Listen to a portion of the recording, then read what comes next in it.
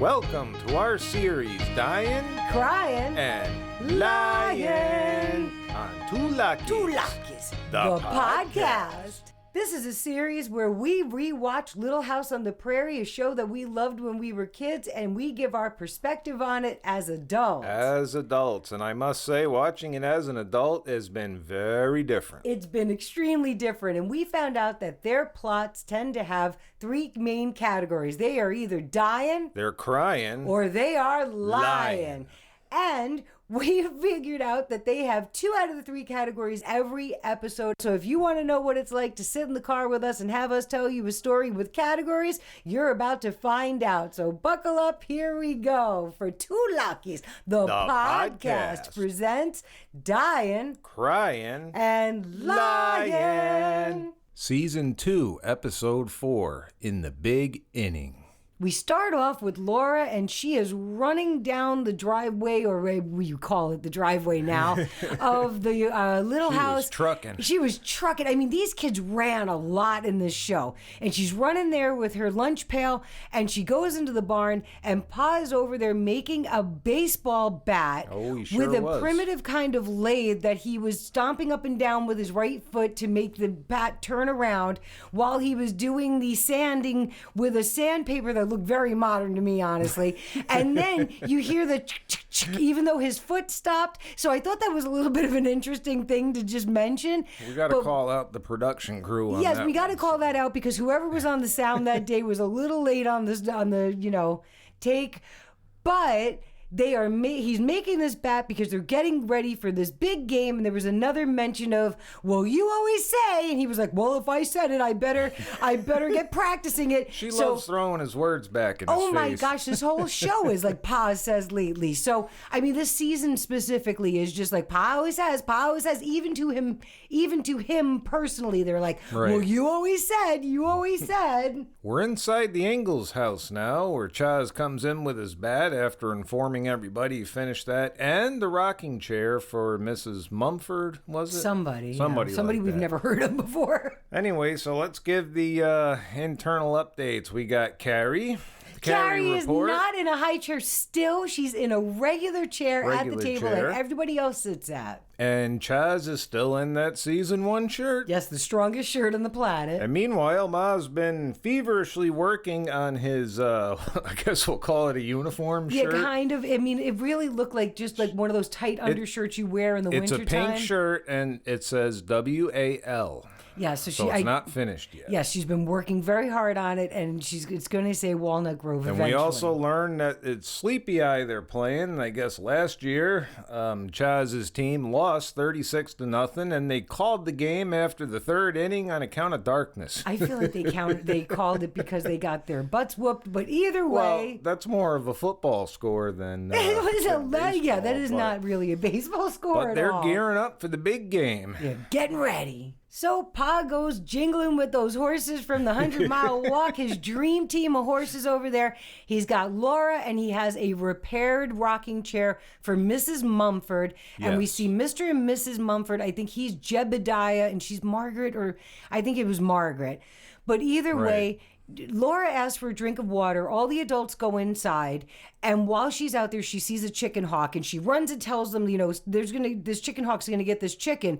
And this older man comes out, Mr. Mumford, and he throws some rocks, and he was rocketing these rocks. Oh, Jebediah looked like the old Dwight Gooden on the mountain there, throwing those. And his wife was rolling her eyes like, you already put 3 holes in that chicken coop already, in the side of the chicken coop. And he said, I should have been able to hit it, and you could see the light bulb on Pa like above his head, bing, bing, bing, bing, because this guy is about to be their new pitcher. If he can get his way, that's what he's looking to do. And I'm going to give a shout out to Chaz on this one, because when he pulled that rocking chair out, it looked pretty good. It really did. It looked very, I mean, they even said it didn't even look this good when it was brand new. It looked very good. If only their furniture could look that good. None of their furniture looks anything like it. We're in town again, and now we have the return of Mr. Edwards. Mr. Edwards, there he is in his regular shirt. Shuffling along, and you know he's good for hitting that old lion button. Yes, we're just waiting for it. And then we have Doc Baker, who looks like he's wearing a pair of long johns with the letter M. He looks like he's wearing an oversized pair of pajamas. Mr. Edwards stops and asks him, is that what we have to wear? And he's like, oh, this is my old college uniform. He's like, oh, I don't know if I'd agree to that if I known I had to wear long johns. Yes, he makes fun of him for it. But they're gearing up, and then they get to the field, and we see it looks like we got Nels on the pitching mound, and the ball he's handed looks more like a, I don't know if it's like a sewn rag it's not or something. round. It's not really round, and we find out that they're saving the balls for game day. So they have to play with this funny-looking thing. Well, and Mr. Hansen kind of makes fun of Nels, saying, because Nels says, well, I did my best last year, and he was like, I know you did, and that's why we're in the same situation this year. So while they're getting ready, here comes the old dream team in Chaz, and he's got Laura and Mr. Mumford. Jebediah with him, and he's already talking him up. Boy, if this guy is, I'm telling you, we found ourselves a pitcher, so let's see what they do. Mr. Edwards got roped into being the catcher. They had to explain what they had to do, and Doc Baker was the one who roped him into it. And then he did, he squats down trying to be the catcher, and he's so close that he almost gets hit with the bat. He had to be moved back. Nels, while they were ridiculing him the whole time, Nels throws the ball, and oh my gosh, the first time Mr. Edwards was crawling around on his hands and knees trying to get the ball. And then Mr. the second Edwards time, doesn't even have a mitt. He doesn't have a mitt at all. He's using his bare hands to catch this ball. And then when Nels throws the second one, Doc Baker knocks it out of the park, and he said, well, don't be too sad, Nels. At least it's findable. I mean, this thing went far. So then they asked him if he wanted to take another turn, Nels, and he said no. So now this Jebediah and Mr. Mumford is going to pitch. And when he gets over there, he pitches it so fast that he hits Mr. Edwards right in the head. Doc Baker didn't even see it. And Mr. Edwards says, did they find the ball? And somebody said yes. And he said, good that I only swallowed my tobacco. I laughed out loud the way he just went straight over. He had no time to react. So they are super happy. They got themselves a pitcher. And we had found out earlier that Mr. Mumford's wife is not much for games. Right. And Nels' wife, Mrs. Olson, is not going to be happy that he's not pitching. She is very, very into him being into sports and her children being into sports. Just think of what the children would think of you, Nels. Oh my gosh. We're back at the Ingalls house, and looks like Ma is just wrapping up that shirt. It actually says Walnut Grove now, and Chaz is just over the moon that they found themselves a pitcher, and Ma is just kind of being a little sassy about the whole thing, and I think God has other things on his mind other than baseball. He was saying that God, he was an answer to God, their prayer to God. And she was like, I think God has better things to do than baseball. And Carrie is at the table. Yep. She's sitting in a regular Carrie's chair. There. And she had a little wooden wagon and a little wooden horse that was really cute. I don't remember ever seeing that before. No, but they are over the moon, and they say that's the answer to their prayers, and they got themselves a game coming. And Laura is really into this, and Mary has been absent the whole time. She mentioned something about Mary earlier on. Mary that was she's helping at Mrs. Whipple's, the seamstress in town. It's Sunday, and Laura is in her Sunday finest with her ribbon, showing some of the boys outside how Mr. Mumford threw the ball, and she takes a rock and she does this whole thing, and he did this and he did that, and she throws the ball and she falls in the dirt. But of course she was aiming at the outhouse, and just as Willie comes out, he's like, stop that. So she was like, no, I'm showing them how he pitches. So now all of the men in town are standing outside, but they're talking all these other, the games that they're going to play against other towns because they're assuming that they're going to win. They clap for Mr. Mumford when he comes out. His wife does not seem impressed by this turn of events at all. And the thing I found interesting, and you pointed this out, they're talking about the game is a week from today, so they're going to play a game on the Lord's Day? Yeah, they're going to play on Sunday, which I really think, like another town coming to them, is kind of an odd choice. Like I would have thought of Saturday. I think they might have missed that one, but anyway. Yeah, but I noticed it. And then they're going back and forth about the names. Reverend Alden wants the Heavenly Hosts, and then Mr. Hansen wants the Millers because he runs the mill. And then, of course, Nels has to bring in, Harriet likes the Merchants, and now they're going back and forth about the name. And, I mean, Charles is like, forget it, I'm going to go home for dinner. And you guys can be left up to the name. And the other thing I saw in there too, Mrs. Whipple must have one heck of a sewing project going on because Mary wasn't with them. Mary has been absent this entire episode so far. They made an excuse, and now she's missing. It's nighttime at the Ingalls house, and we see Pa and Ma in bed, and Pa's got his bowl of popcorn, and he's sitting there with the smirk and the giggle. Well, and they eat popcorn in bed a lot. Yeah, and they're talking about the day's events and, what happened at church and all the different names that they came up with and arguing about it. And, boy, I'd still say Pa is over the moon because he is convinced they are going to win that game. Yeah, he thinks he found, the panacea to all of their problems. We see a man riding in on a horse, and he turns out to be from the opposing team for this baseball game. He's from Sleepy Eye, and he finds out that Mrs. Olsen is very susceptible to flattery. He flatters her eyes. He says all kinds of nice things to her, and then says about wagering after he had insulted Nels about a baseball player should never sweep. It uses the wrong muscles. It makes it so you can't hit the ball.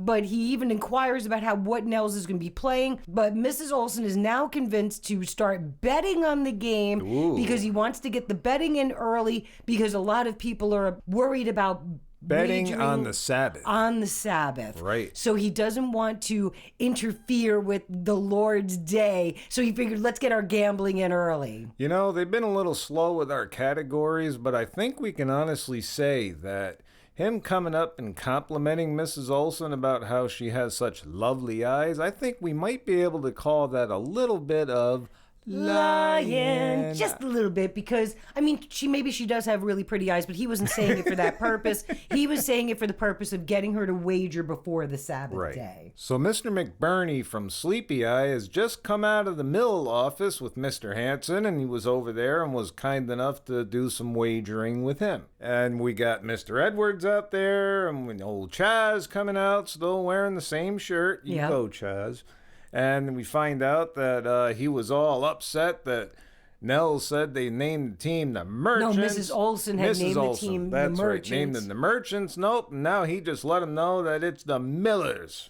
And he made a bet. Mr. Hanson made a bet of an entire day's wages for Mr. Edwards without asking him, and didn't do anything for Charles because he said, I know how you feel about wagering, which usually they don't have any money, and it's probably more of that. But we do know that Chaz sure likes to extend credit. He does like to extend credit. But then when they found out that Jebediah is going to be pitching, now Mr. Edwards is looking to, I think, to do 2 days' wages. He runs back in after Mr. Hanson, and he's like, wait a minute, don't I have 2 days coming? Oh, boy. At first he was a little upset about the wagering that was made on his behalf, and then he was kind of into it. Yeah, so let's see how it goes. We're in the mercantile now, and Ma is selling 4 dozen eggs.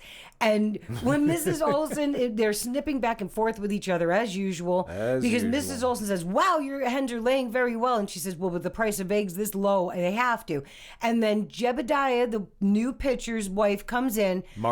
Margaret finds out from Mrs. Olsen that they are wagering on this game and says she forbids it. She's against wagering for any reason, and she has now pulled Jebediah out of it. She will not allow him to play, and now they are wondering what they're going to do, and Mrs. Olsen is flabbergasted. Oh, she is floored. But you know what? It is kind of her own fault because she has a tendency to have loose lips. Well, and she went on doing this without even really consulting anybody else. So she just went on her own.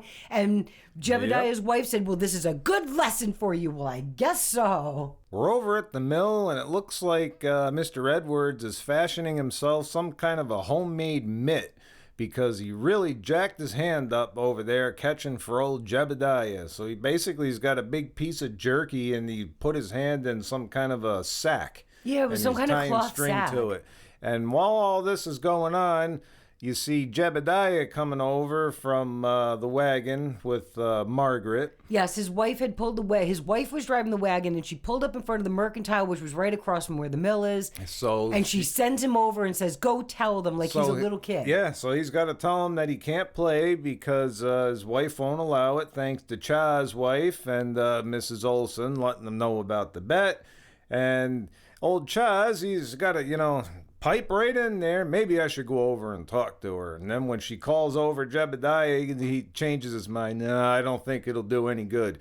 And we do have to say that Mr. Edwards got an honest streak in this is time literally around. the most honest I've ever seen Mr. Edwards. I think he has been truthful the entire episode so far, which is an unusual circumstance for him. Maybe it's because they're doing this game on the Sabbath? Maybe it is. Charles and Carolyn are sitting down by the mill. She must have brought him some lunch. He's eating an apple, and they're talking about this game. And she's saying maybe if everybody loses, that they'll learn to avoid gambling in the future. Right. It'll make them stop gambling. And he gives some kind of line that if they win this game, they'll just give up playing. And we're going to call that a lion because they were already planning on numerous games without even winning, and they didn't win last year, and it didn't sound like they won the year before. They have been waiting for this all year, and if they won, I really feel like they would have continued going, but somehow he's convinced her that if they lose, it'll end all this madness. Yeah, they were just talking the other day outside of church about how they should expand now that they have Jebediah and play other towns.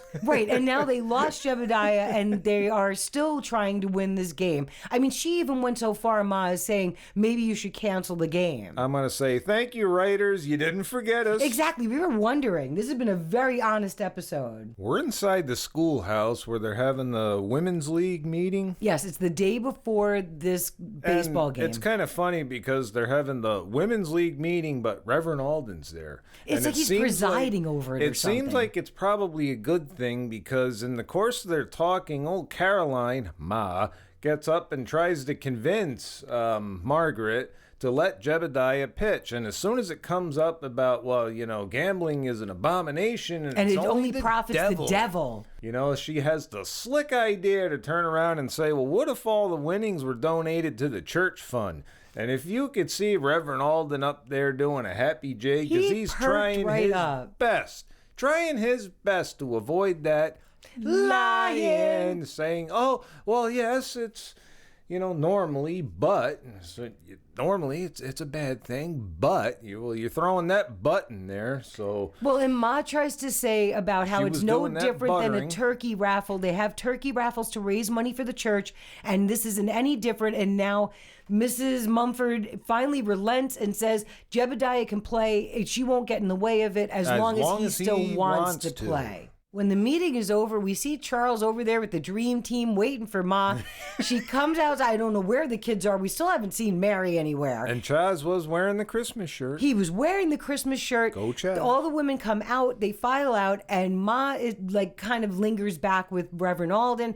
And they're laughing and talking. And when she gets over, Pa says, how did it go? And she says, well, Jebediah is going to be pitching on Sunday. And he said to Reverend Alden, wow, you had a miracle in there. And Reverend Alden says, whoa, it's due to your wife. She had this inspired, solution to this problem. And he is grinning ear to ear. He almost split his head off the top of his head from all this grinning because he's so happy because now the money is going to be coming in there, even though he doesn't condone wagering. Yeah, it seems like they're kind of walking a fine line with their beliefs, aren't they? Yeah, I really think they're kind of stretching it just to make it fit what they wanted to do. It's game day in town, and boy, what an event they have. They have a whole band there playing some kind of song, and they even have stands. Like they have stands team for the people watching. Yeah, Sleepy Eye team's out there. They got these green hats with, I think, a yellow stripe. Yes, they have green hats with the yellow stripe, and we see Mary showed up. She's sitting there with Laura, and Laura's Jack the dog is attending the game. And Carrie.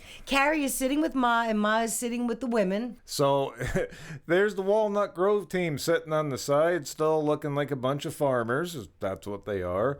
And here comes Nels. He's got a big bag in his hand, and he's handing out hats. With a letter M that still reminds me of Harriet says, fast food chain. If they look like a team, they might feel like a team. So, yeah, it's basically Sleepy Eye's hats except red and gold. Yes, but they are being offered to them at cost. At cost. So they are not being offered to them to wear. They have to pay for them somehow. And no one has decided on the name of this team yet because now the M could have been for Millers. It could have been for Merchants. And Doc Baker still wants Mulligan, which was the name of his team when he was in college. And Charles says, well, it could be all three. And they put on their hats. And now Reverend Alden comes to do an invocation. Yes, but Reverend Alden is also the umpire in this game, and they're getting ready to start. And something I want to mention that I thought was kind of strange because it is Sunday. The pitcher for Sleepy Eye is drinking out of a beer glass, like a huge beer glass. Drinking a beer, smoking a cigar. Yes, and then he takes his hat and he covers his beer while Reverend Alden is praying. And it was just a little interesting aside because, I mean, I thought they would not, they can't gamble, but they can drink on Sunday. Yeah, kind of sketchy. It seems a little sketchy odd. Things in this one. They really do. We are at the game, and Jebediah is at the mound, and Reverend Alden is standing right next to him. And I just found out, I guess, in the olden days, that's how they used to do it, where the umpire stood next to the pitcher's mound. It's not like today where they have an umpire at home plate, and then they have one on opposite sides of the field. You know, back then, if you had one umpire, he stood behind the pitcher, so he had a view to see whether he pitched a strike or a ball. Oh, I found that very confusing. But Jebediah is just sending these balls down, and he gets that guy out, that was the pitcher from the other team, very quickly. And then that guy is looking around like, where did he get this guy? And then he watches the next guy that comes up to bat, and you hear Mr. Edwards, 1, 2, 3 strikes, you're out. You're out. So they are looking very concerned now because they did a lot of wagering on this, and he was the one that came into town anyway and convinced Mrs. Olson to start the gambling. Sleepy Eye kind of reminds me of the Gas House Gorillas from Bugs Bunny. They kind of do, yes. And that's from Bugs Bunny, if you don't know what we're talking about. So Walnut Grove is now coming up to bat. And we see Mary and Laura are the scorekeepers on their blackboard. And I think Carrie was out there, too. Yeah, I think she's keeping them company. Yeah, so they get up. The first guy gets hit on the on his lower leg. Well, Sleepy Eye decided that they were going to teach them about this game, and now they're like literally bullying them, hitting them with the ball. So then Doc Baker gets up, and he ends up hitting one out, and it turns into a double play, but it was more like a double play from the Gas House Gorillas, where they got bowled over and knocked over, and it more looked like football than it did baseball. I mean, they were like beating them up, yeah. Mr. Edwards comes up, and he wallops the ball. And wow, did that thing go? And instead of running, he's just standing there at the plate pointing and laughing because I guess he doesn't know the rules of the game. Well, and Charles had to come out and like push him and say, run. But go, Mr. Edwards. He ended up hitting a home run. Of course, as he ran around the bases, he was doing the same things they were. He was knocking everybody over that he could. And then Grace, who is he was dating Grace, I think, at this time. And she comes over to hug him and she like practically bear hugs him. He's like, ow, he's like choking him. So now we got old Chaz coming up to the plate, and let's see what they got in store for him. All right. Charles gets up to bat, and the pitcher for the other team calls a timeout. He goes over and he dunks the ball in a water bucket while he's pretending to drink some water over there because really that's what he was just trying to do. And when he throws this heavy waterlogged ball, it cracks his bat in half. And for some reason, Reverend Alden leaves it in, even though when it was yelled like, check that ball, and they find out that they had done some kind of a dirty trick. He still let it stay and told Charles that he was out. That retired the sides, and now Sleepy Eye is the one that's batting, and they are still pulling all kinds of tricks, and this Jebediah is doing really, really well. Well, he was doing really well until they did the trick where they had him running the cover first base, and the guy that bunted the ball, because it's the only way they could hit it, bowled him over, and now it looks like he may have sustained an injury. Maybe. Well, and Charles is telling him, you're all right, shake it off. He didn't really care if he was hurt or not. He just wanted him to keep pitching. And for some reason, Reverend Alden was keeping the spare balls on the ground. Yes. And they were behind him. They were behind the pitcher and somehow between his feet. And when this guy hit the ball, he hit it between Jebediah's legs, and it sent the balls sprawling. Now they had 4 balls in play, I think it was, and they're all trying to figure out on the Walnut Grove team what to do. And they're all, what ball is it? What ball is it? So then they all decide to throw the ball, because now 4 people on the Walnut Grove team. Yeah, they wait till he's running home and then throw all 4 balls at Mr. Edwards. And Mr. Edwards is like, because like all of these balls are coming at him. And now Laura is telling him, it wasn't your fault, Mr. Edwards, because there was nothing he could have done. There was no way he was going to catch any of those balls. They all just threw them willy-nilly. But now the score is tied. Is playing dirty. Yes, they are. And just like I suspected, old Mr. Mungford there did hurt his arm. He's not throwing as fast now, and now Sleepy Eye's out there, and they're running up the scoreboard. Now they got 4 runs, and when it switches back over, because now they're just going back and forth, all of a sudden, the Walnut Grove team that lost 36-0, all of a sudden they can hit the ball. Yes, thankfully for them. And they go from a score of 1 to now they're tied at 4. Yep, so the game is tied at 4 and they're going back and forth. And let's see how they wrap this one up. Well, we get to know who's playing by what music they're playing.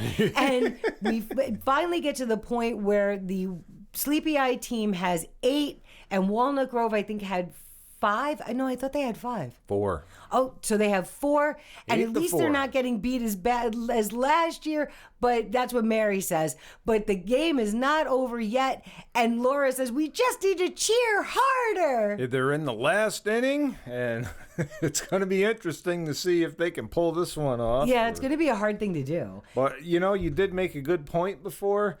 I think they're losing, just like you'd said earlier, because of Reverend Alden. Reverend Alden is really, really, if you're doing cheating kind of tactics, why would you allow the call to stand and call, like Charles should have been called out when they cheated to break his bat. They should have just done it over. Makes me wonder if the Reverend bet for Sleepy Eye. Or maybe he makes more money for the church if the way he's calling it here. Okay, so the last inning in Walnut Grove is up, and I do have to point out the correct score, and you were right, is 8-5. Yes, Walnut Grove had 5. So, first 2 batters are out.